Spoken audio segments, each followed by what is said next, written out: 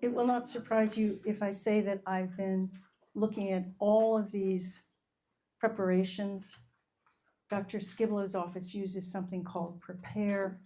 There's a lot of these now because the boomers are coming up and there's going to be a problem in our medical system, as if there weren't already a problem in the medical system, but we need to do something about this now. And so there's more and more attention to this issue. And it's the same thing over and over again. How's my mic? You hearing me okay? Oh, yeah. Good. It's the same thing over and over again, and we've just done it, which is think about what's important to you. Think about how you would like to be treated medically and personally when you can't speak for yourself anymore. Choose that person. And then what?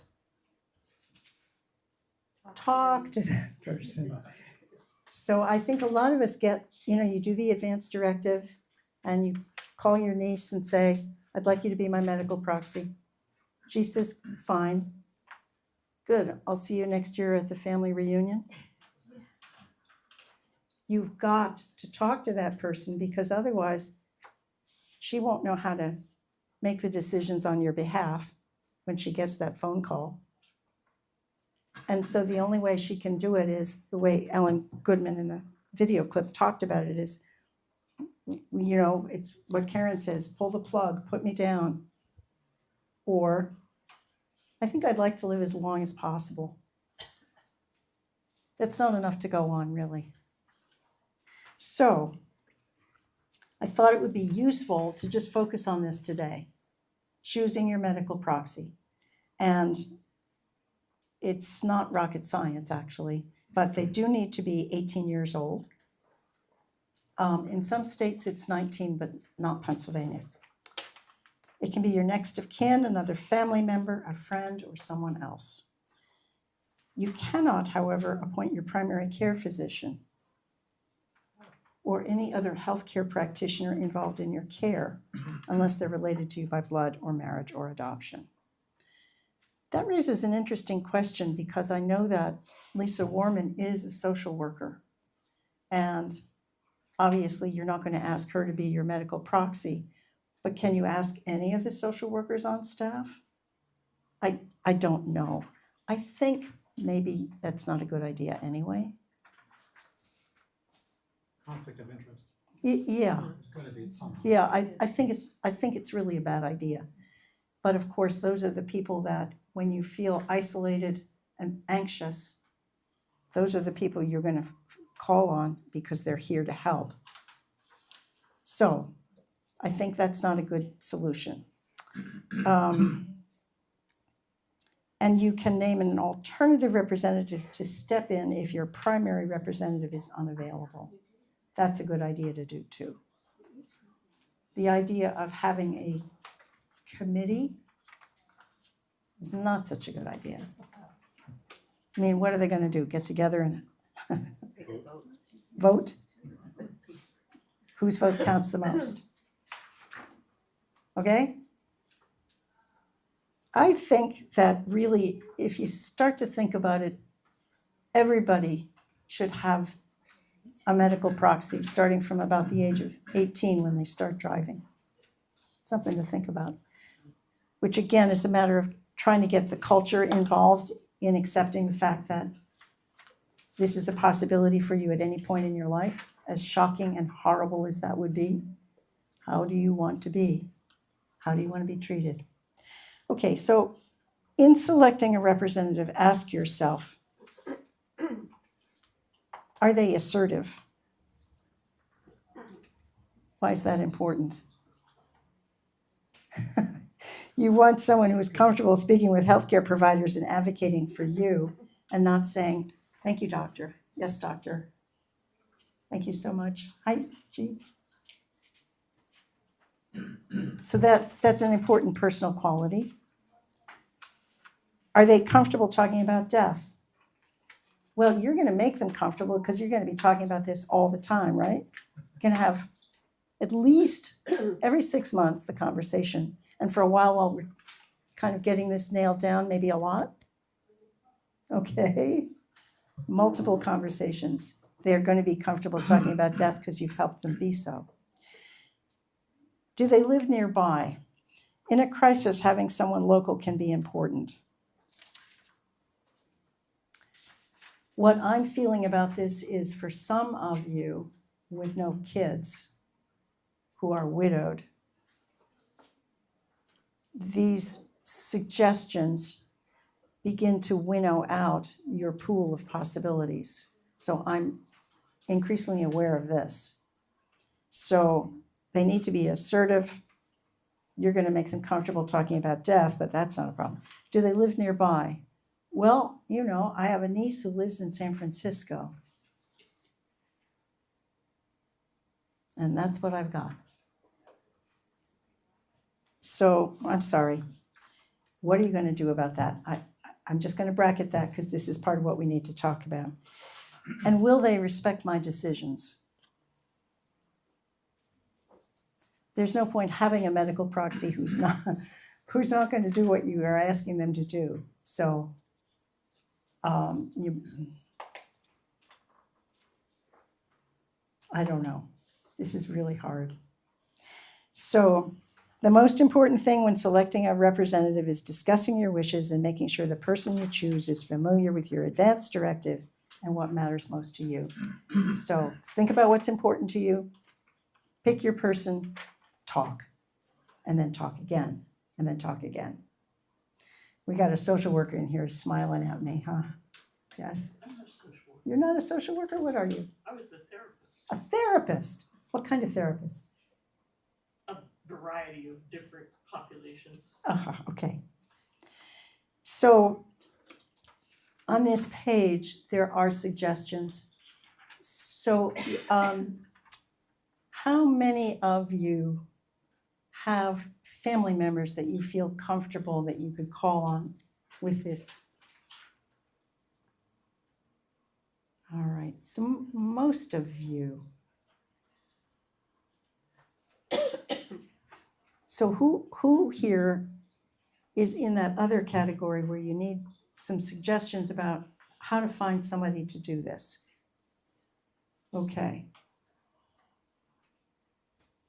Not bad. Maybe you and I should just meet separately. Yeah, okay. If you know of somebody else in this situation, maybe you could suggest that they give me a call, because I do have some resources for you. I don't know that if...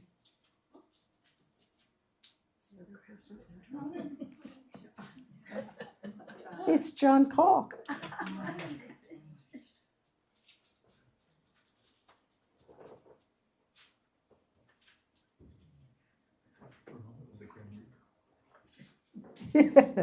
Coming in with his IV.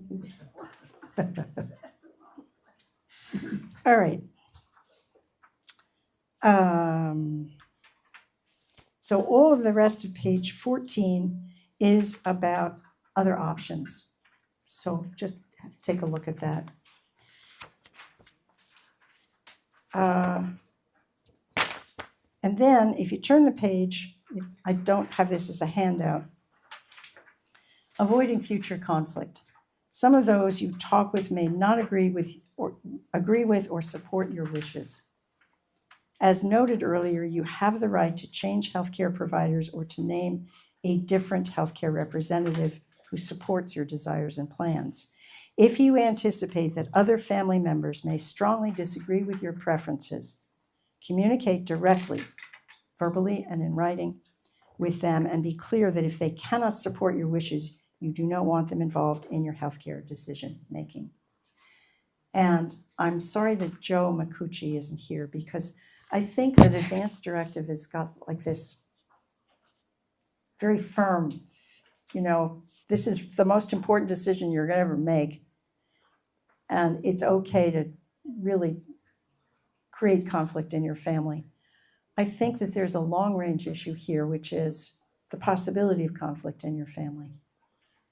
A daughter who's going to be brokenhearted if the brother who's been, you're with me? So think about your own, think about your own values in this, which is there's a legacy element to this decision process too, isn't there? How you die is going to affect the family. Maybe not in the super long term, but sure immediately. Karen? What if in your medical directive you basically specified what kind of treatment you want or not want? And if your medical representative basically doesn't honor what you have written down? Oh. Put him in jail. What's the question? What is the question? The question is, if I basically don't resuscitate, okay? Yeah. If I have written that down. Now, if my medical proxy says do resuscitate, who wins out? Your medical proxy, because you're not there. Well, we have an oncology nurse, retired, who's probably been at some of those bedsides. I think at some. I don't know. I think at some point, don't the doctors step in and say, you know, I mean, this is what I'm picking up from Atul Gawande and Sam Harrington, who after a lifetime of extreme medical treatment are saying, at some point, this is terrible. You know, to make the patient suffer like this in order for the family to feel like if they can just keep dad alive for a couple more hours, he's gonna go home and have tea with us later. He's not gonna go home and have tea with you later. And if you had talked about this, you know, what happens when you have a CPR with an older person? Maybe if it's done immediately, there's no brain damage. But the statistic on this is that it's less than 3% of people who survive a CPR, and that we're not talking about the quality of their life afterward. And that extremely small percentage goes down and down and down as you have other things, comorbidities they call them. I guess. What's a CPR? Cardio pulmonary resuscitation. It's where you die, somebody calls 911, they come rushing in and they resuscitate you. Nancy, oh, wait, oh. Microphone. The question of family members differing, I think probably many of us do have to deal with that if you think about it. And I know in the case of my situation when my husband was ill, the two daughters didn't agree. And so one of the things that I did was to actually check with a couple of other extended family members to try to feel like there was enough support for what I knew my husband wanted. And that didn't mean that it was going to make everybody happy, but I felt like there were, and this, you can do this if you have enough family to do it with. I admit that's not everybody's option, but sometimes a network of supportive family can help, even if there's a member that is not comfortable with where you're going. Which is basically called a family, why don't you, called a family council. I would like to say in answer to directly to your concern, that the time to address that is way ahead of time. Make sure that the person really understands what you want. And, you know, that they're not just acting because of their own ideas of what they would want.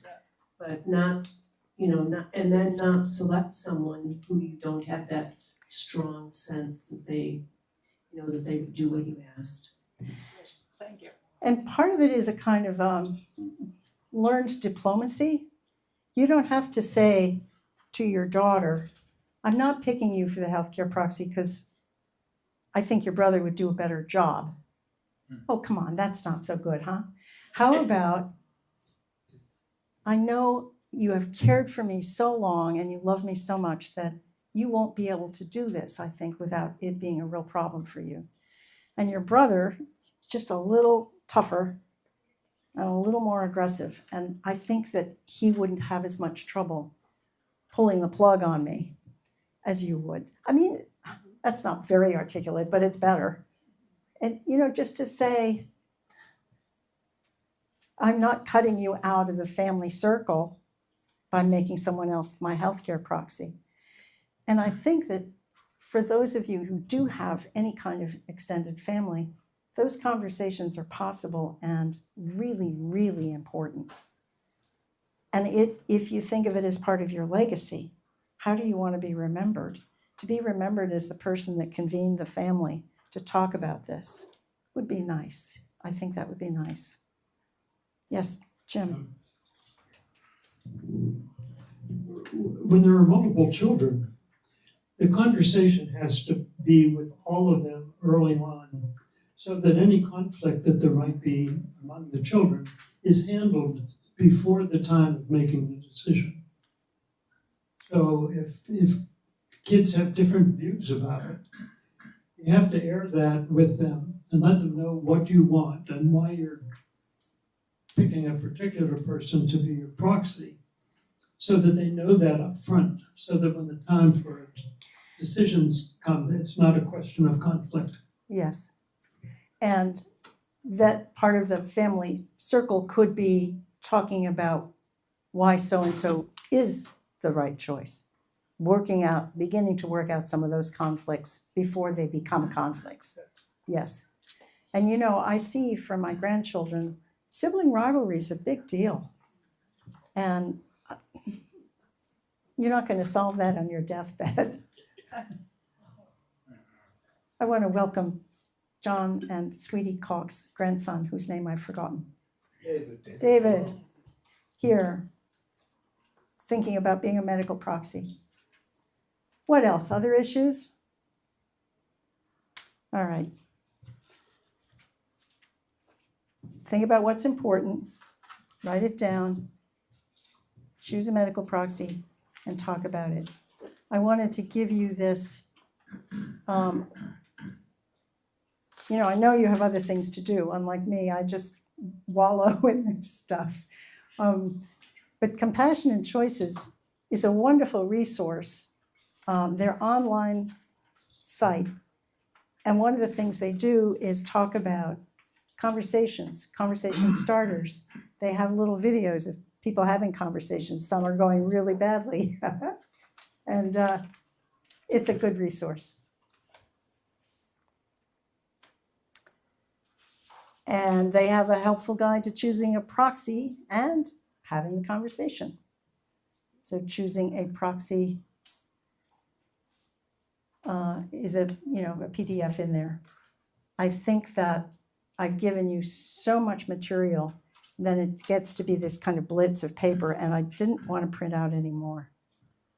So what is it? It's all about making sure that the people who will speak for you during an emergency know what you want and are more or less at peace about it, or at least willing and capable of advocating as you wish. The longer the delay in starting the conversation and the less frequent the conversations are, the harder they become. And if there is a mantra here, it is always too soon until it's too late. That if you can do this now and again in a few months, and one of the things that I wanted to laugh about is that, wouldn't you know, the attorneys, the American Bar Association has come up with, only the lawyers would do this, the proxy quiz for your family and you to play. And you fill out how you want it, and your proxy fills out how you want it. So, do you want CPR? What are the following things do you most fear near the end of your life? Imagine that you are now seriously ill and doctors are recommending chemotherapy, etc. Details, etc., etc. So you fill it out, and your proxy fills it out, and then they get graded, and if the proxy fails the test, you're supposed to pick a new proxy. Well, I mean, it's just a funny, and I was thinking maybe we should start a kind of a modified death cafe here. And we could play this game periodically instead of bridge. Anyway, it's a thought, but only a lawyer. All right. let me see if I've got anything else that I need to talk to you about. Maybe we could even say, do we need to have a class tomorrow? One of the things that I'm hoping to get from you guys is some sense of where we go from here. Part of the problem that I see is that we have these classes, and this is where I started. I forgot to tell you to turn off your phone. I can't turn off my watch. Oh, you can't turn off your watch, which is just great. Yeah. Don't turn off your watch. We have these classes, so we've all got these Compassionate Choices booklet, and we've got the inventory that Tariq Khan's office gave us. I'm sure gonna get to that inventory today. Well, maybe tomorrow. Now, where did I put that? Right? It just kind of evaporates the planning. So is there some way to keep this in front of us a little bit so that it's not just, oh, there's Susan talking about death and dying again every September? Any thoughts on that? Think about that. Maybe we will meet again tomorrow. I'm gonna have a meeting tomorrow because one of the things that I've promised is to give you some resources.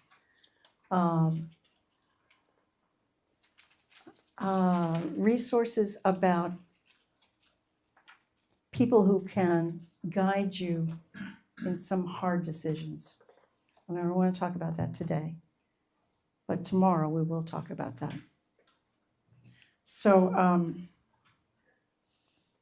resources for elders, I've got, okay, there's that. Oh, the other thing that I wanted to talk about is how many of you hope to die at home?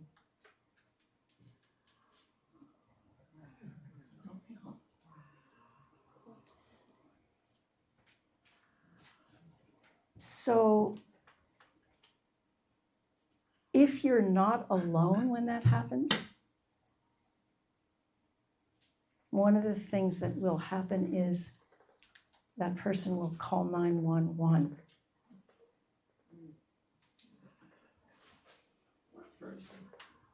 What? What person? Well, Whoever's with you. whoever is with If you're you. not alone, she said. If you're not alone, yeah. Now, maybe, all right, there's another thing to think about is if you feel strongly about this, is it possible to not pull the cord? Is it possible to not call the front desk? Is it possible for you to say, I'm not gonna call 911, I'm just gonna go back to bed?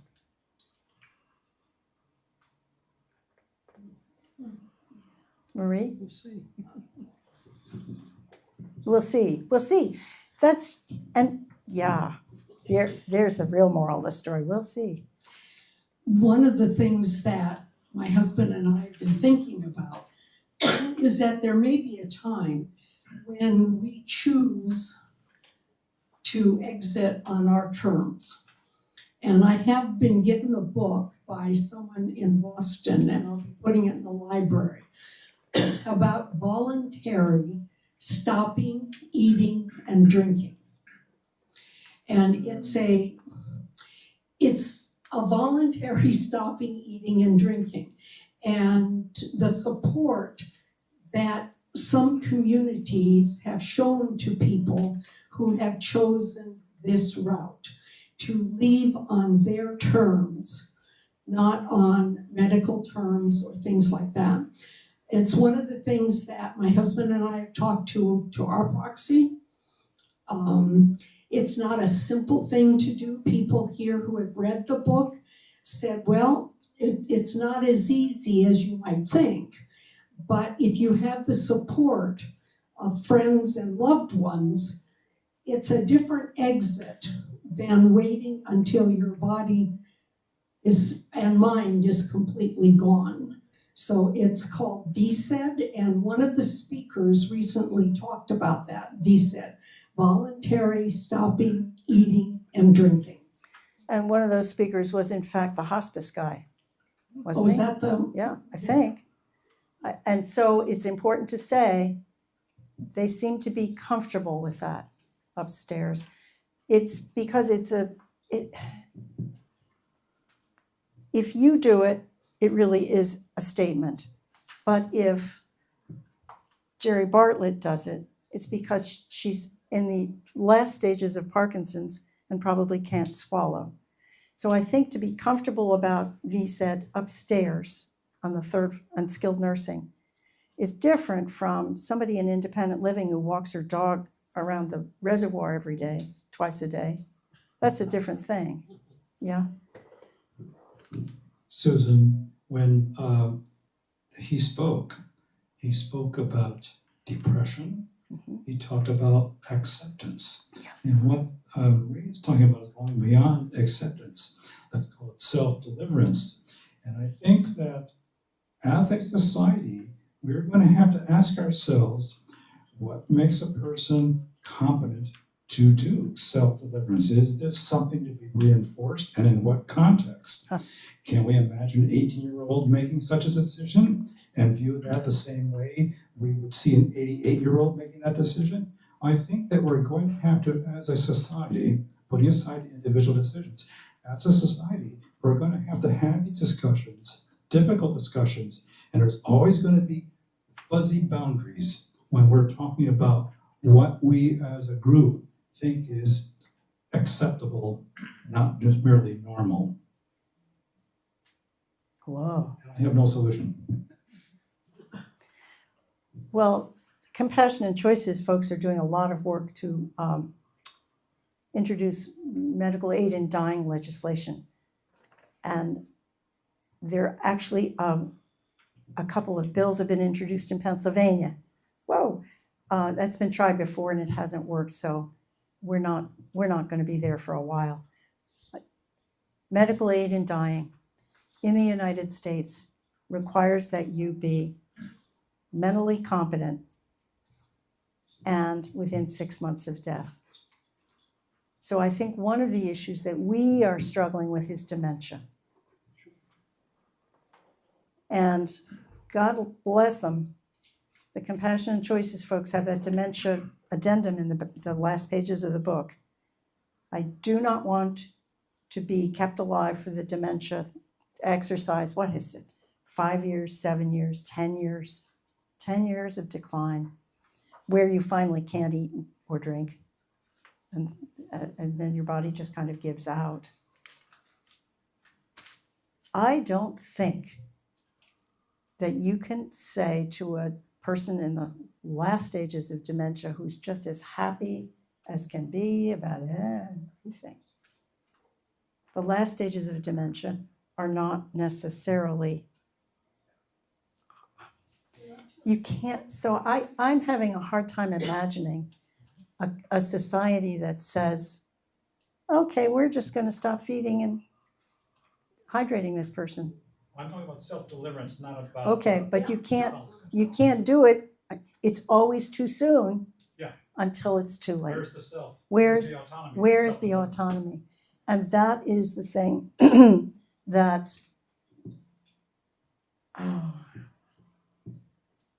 I told Jim Clancy I wouldn't talk about this, but okay. I need to tell you that there are places that will provide you with guides, not help, because that's illegal. So there's a very, very careful line for this.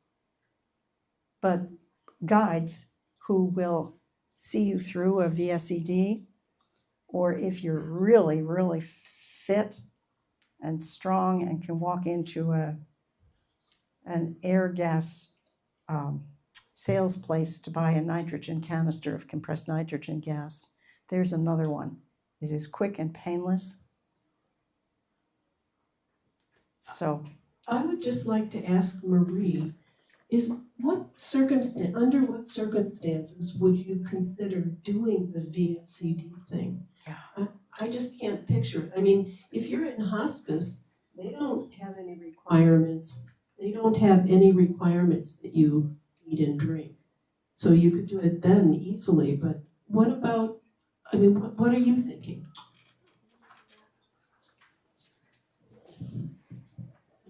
What I'm thinking is that there is a certain quality of life.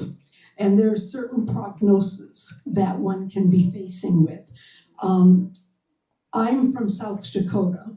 Guns are quite legal in South Dakota.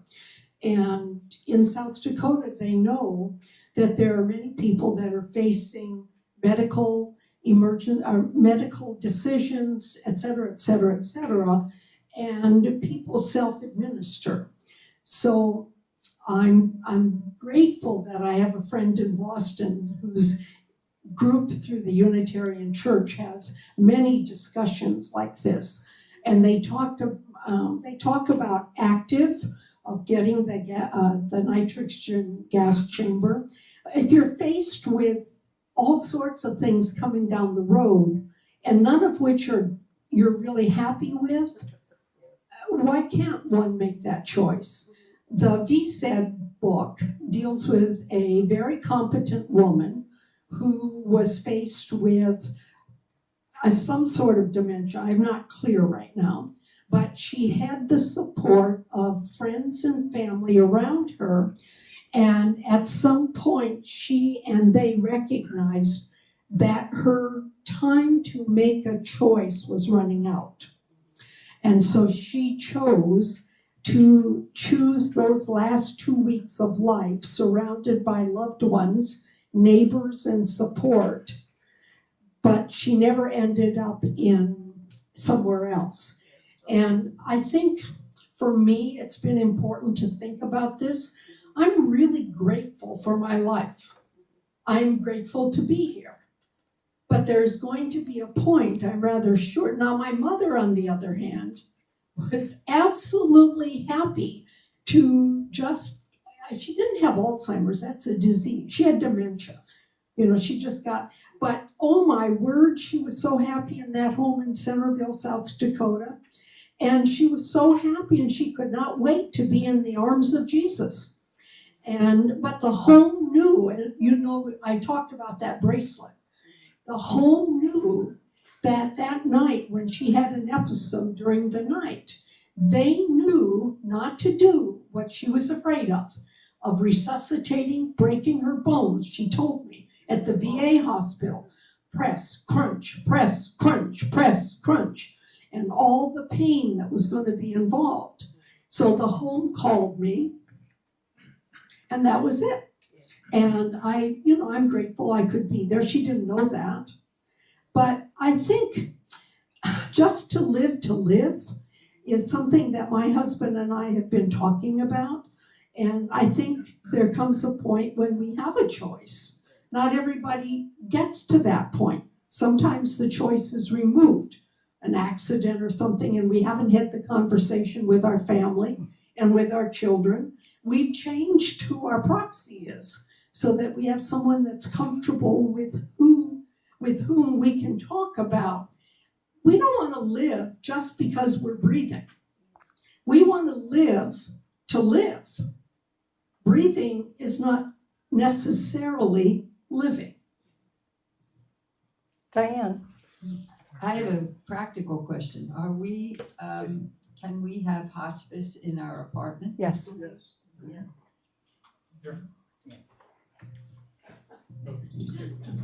And hospice will not call 911. Is that correct? Correct. Yes. Yes. Thank you. Oh, wait, what happens if they're not? They're not- Depends on what your medical directive is. Hospice will not call 911. Will they? That's my hope. I would- So I'm there. Hospice will let you die if you're actively dying. Repeat that please on the microphone. Here. Yes. Hospice will let you die if you're actively dying. They won't interfere with that. They won't call 911. They will not call 911. No. Don't they need to be there for that? In other words, I'm there in the apartment by myself. The hospice team's not there. And no, I'm saying my husband is actively dying Yes. and I panic. When I should call hospice, but what I do instead is call 911. Oh, well, that's on you. That's me. Okay. That's on me. If you're the proxy and your husband has it, you have to work that out earlier. You have to work it out earlier. Oh, this is hard. All right. There's a question over here, or a comment, maybe. Not a question, but to let you know what my experience was. And that was that my husband was on hospice. He was at home. And we called the hospice number, whatever it was, and they sent somebody in to make a declaration of the death. Oh, thank you. And then called we had prearranged funeral arrangements, and the funeral home came later and picked him up.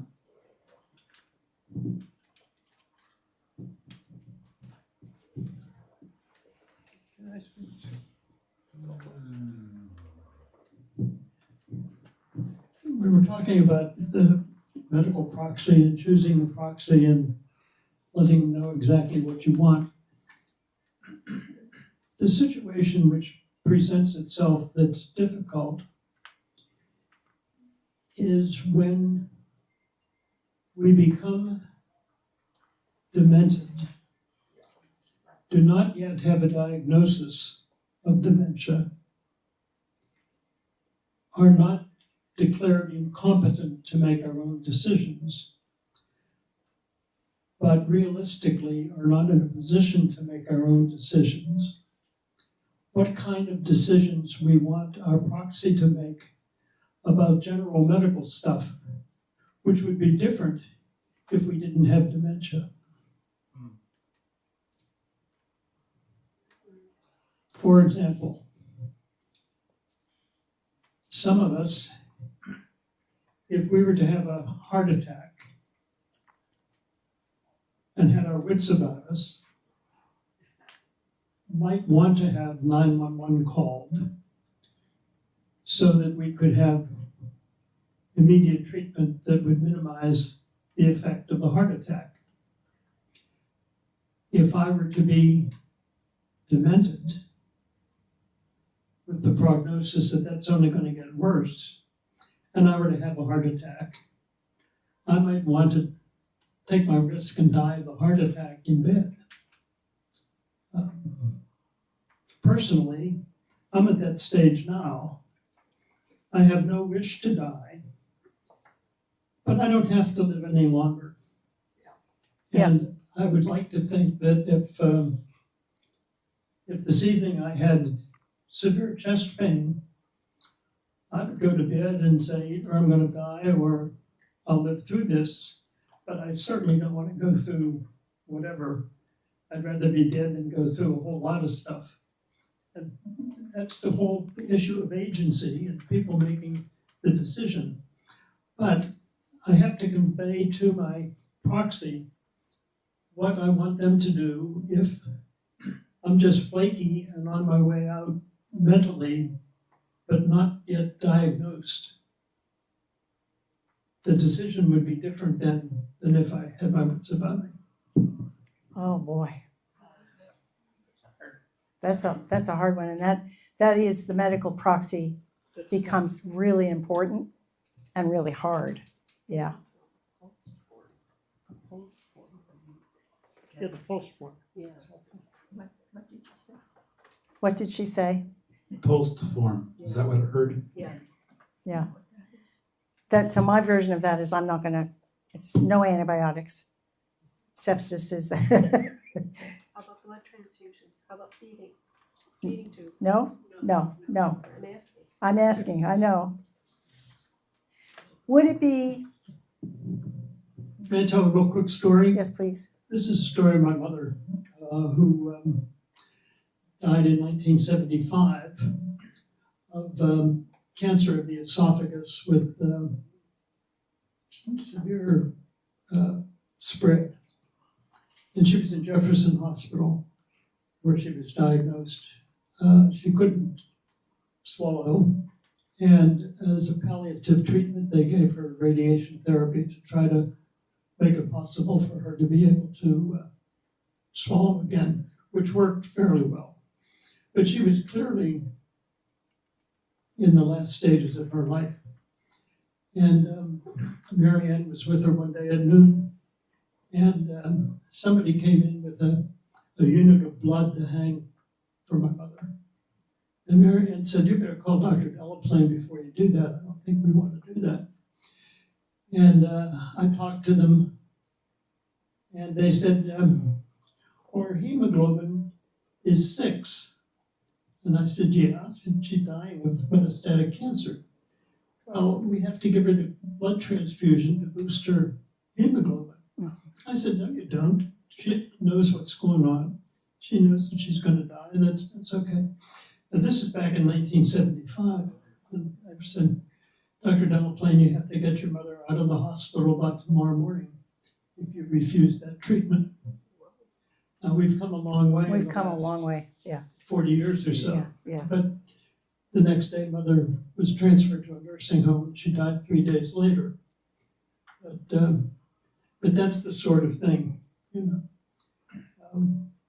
Why have treatment for something that is only going to get very much worse anyhow? And if that's a mental disorder, if that's dementia, the decisions are different than it would be if they weren't. Well, that's really important what you're talking about, which is if you have the early stages of dementia, you really need to think seriously about not treating medical situations. The other thing that people are doing, besides Final Exit Network is those are the folks that the Unitarians in Boston call to say they don't want to see the dementia through to the end. What can we do? And they guide you in getting the equipment necessary, which you have to get. You have to operate it. Again, it's all about agency. Another path around the dementia problem, if you have the resources, is a place called Dignitas in Switzerland. This is a very expensive option, but it's there. And really, what it's about is people in the early stages of dementia saying, medical aid in dying is not available to me. Is it now available in Canada? Wait, that's an asterisk, forget that. Medical aid in dying is not available to me because I'm not within 6 months of death. You do have to be mentally competent. And when John Weston was in the early stages of his dementia, he filled out an application to Dignitas. And, he had to do this. And it was sort of writing little essays. What's important to you? What makes a good life? Yada, yada, yada. And he was accepted into the Dignitas program, at which point we needed to decide, are we going to go to do this in Switzerland? And at just about that time, my son had discovered Final Exit Network, which made it possible for John to die at home. But I occasionally think that maybe going to Switzerland would have been nicer. Not because I particularly want to go to Switzerland, but because they administer a barbiturate. It's just the same way they do here if you live somewhere else, if you have an end of life situation, if you're within 6 months of death. So legal made medical aid in dying in the United States, in those states, 11 states that have it, you have to be within 6 months of death, and you have to have the mental competence, the agency to say, this is what I want to do, and I will administer it. So John Weston's, How do you know 6 months? how do you know 6 months? Yeah. Some doctor says it. Yeah, It's totally, yeah. It's a crab shot. It is yeah. I also want to tell one other little story, and that's about my sister's death. My sister was 12 years older than I and had a series of medical things where she was increasingly feeble and frail, but cognitively pretty sharp. And she called me and she said, you know, I wake up every morning and think, oh my God, not another day. Not another day. And that was, I don't know, depression. This was despair. So I flew down there and they had, you know, she had a cannula of oxygen in her nose and oh God, all this stuff was going on. And I said, you and I have talked about this. So she called the doctor in. I don't think he was a hospice. I don't know what he was. She said, can't you help me? And he said, oh, Jane, you know I can't help you. I'd lose my license. There was a long pause, and then he said, but are you in pain? Oh, she said, yeah. What level pain, he said. 5? 8? Oh, she said, it's terrible pain, actually. It's terrible pain. And he decided that she was needing palliative sedation. So she had a really peaceful death. It was really lovely. And I wish that I could have done that for John too, because the nitrogen route's not so great. Peaceful, quick, but for us, not so great. My sister's death was so peaceful because she was having morphine and she just kind of faded away. And then it became a VSED, not even voluntary. It just she stopped eating and using ice cubes on her mouth. I don't think that can happen much where you have a game that you play with the doctor. I don't know. Andrea's looking.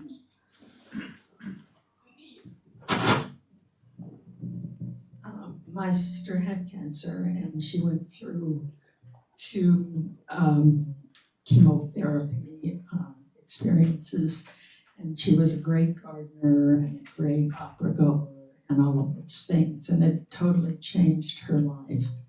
And when it resurged a 3rd time, she said, I am not going to have any more treatment. But she was in pain and she was in a hospital under the care of our oncologist. And I got a call from my nephew, and he said that his mother was dying. And I got on a plane and I got there, and she had another son in Vermont, and it would take him longer. Essentially, they kept her alive until he was there, and then they let her go, or gave her a little more morphine. I don't know what they did, but what they did was really wonderful for everybody there. Yeah. I was surprised they did that in a hospital. I was pleasantly surprised. Andrea, you looked like, I don't know what your reaction to all of that was. Well, they're all individual situations. I just recently had a friend whose sister had her 4th bout of cancer, and she elected not to treat. And she got on hospice right away, and within a couple of months, she was dead. And it was a good death. It was at home, it was with family, she didn't suffer a lot. And I feel in my heart, for me, I feel like that VSED thing feels very drastic. And it feels very drastic to do the final exit, whatever the things they propose. And I've seen many, many good deaths and ones where people didn't feel like it was drawn out, ad infinitum, but they didn't have to choose the drastic measures. Well, we're talking dementia. Huh? It's about dementia. The drastic deaths are about dementia. Well, I have one other example, and that is, I was medical power of attorney for a close friend, and he was in a nursing home, and he was really, I mean, he kept having bouts of pneumonia. He was really at the end of his life. And the nursing home doctor told me that, you know, that he also was in the early stages of dementia, and that he really wasn't making good decisions for himself, and that I should make the decision about him going into hospice. And I debated it for a long time. I talked with my husband, you know, I really thought it through. And then I went to George, my friend, and I said, George, I think you need to go on to hospice. And he had trouble thinking about CPR, discontinuing, being a DNR. And he said, can't they just do a little CPR on me? I'll never forget those words. And I said, and I told him, no, they can't. It's either in or out. Yeah. And finally I said, George, I'm making the decision to put you on hospice. You'll have to tell me I can't do it. Otherwise I will do it. And he let me put him on hospice. And within a couple of months, I'm sure I didn't do that until maybe April, and he died at the end of May. Wow. And, you know, and he died because they didn't treat it. He was on hospice. They didn't treat his next pneumonia. You know, he had an aspiration pneumonia because he wasn't able to swallow properly. And, you know, I was with him when he died, and I would say it was a good death. And so I think it's possible for it to happen, even if you are, you know, if you do have dementia. I think that's possible. It's possible. It's possible. Yeah. Yeah, but it's really my personal reaction to what feels so drastic. That's it. Yeah.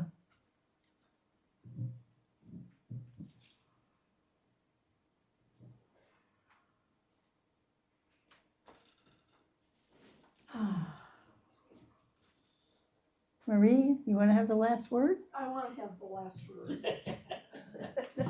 I would like to thank you so much, Susan, for organizing this series of conversations. Should we give her a round of applause? Yeah. And it takes real guts to talk about these things, and I appreciate that you've shared what you've shared, and I'm glad that these conversations are on, you said television, they're out there forever, is that correct? Oh my God. But anyway, at any rate, I want to thank you because it's raised issues. We've been able to talk about them in a safe environment, and that takes a lot of courage, and I appreciate it. Thank you. You're very welcome. What do you think? Thank you. Shall I cancel tomorrow's class? I think we've kind of done it. I think so. Okay, that's good. Bravo.